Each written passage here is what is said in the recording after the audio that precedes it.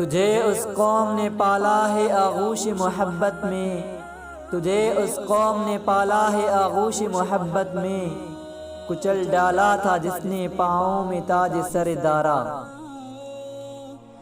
دارا فارس کا ایک عظیم بادشاہ گزرا ہے۔ فارس کے بادشاہوں کے سر پر دارا کا تاج ہوا کرتا تھا کہ جسے دیکھنے کی چاہ ہر فارسی کے دل میں ہوتی تھی۔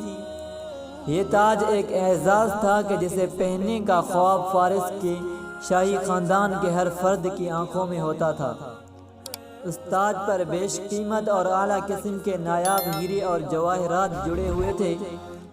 جب حضرت عمر فاروق رضی اللہ عنہ کے دور خلافت میں صحابہ کرام رضی اللہ عنہم نے فارس کو فتح کیا تو آخری جنگوں کے دوران دارا کے تاج کو پہنے ہوئے کوئی بادشاہ شہزادہ لڑائی کے دوران قتل ہو گیا۔ جنگ کے قانون کے مطابق مارے جانے والے کافر کی زیب تن، زرہ، سامان، تلوار، گھوڑا اور تاج وغیرہ قتل کرنے والے مجاہد کی ملکیت ہوا کرتا تھا۔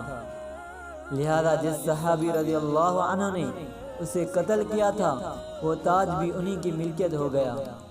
رات کے اندھیرے میں یہ مجاہد مال غنیمت والی جگہ پہنچے اور اس تاج کو زمین پر رکھ کر پاؤں کی ٹھوکر سے مال غنیمت کی جانب دھکیل دیا۔ وہاں نگرانی پر موجود پہرے دار نے جب دارا کا تاج پھینک کر جانے والے سے اس کا نام پوچھا کہ اللہ کے بندے بتا تو صحیح کہ تو کون ہے؟ اس اللہ کے شیر نے جواب دیا، جس کے لیے کیا ہے وہ میرا نام جانتا ہے۔ اس واقعے کو علامہ اقبال نے اس شعر میں کچھ یوں بیان کیا: تجھے اس قوم نے پالا ہے آغوش محبت میں، تجھے اس قوم نے پالا ہے آغوش محبت میں، کچل ڈالا تھا جس نے پاؤں میں تاج سر دارا۔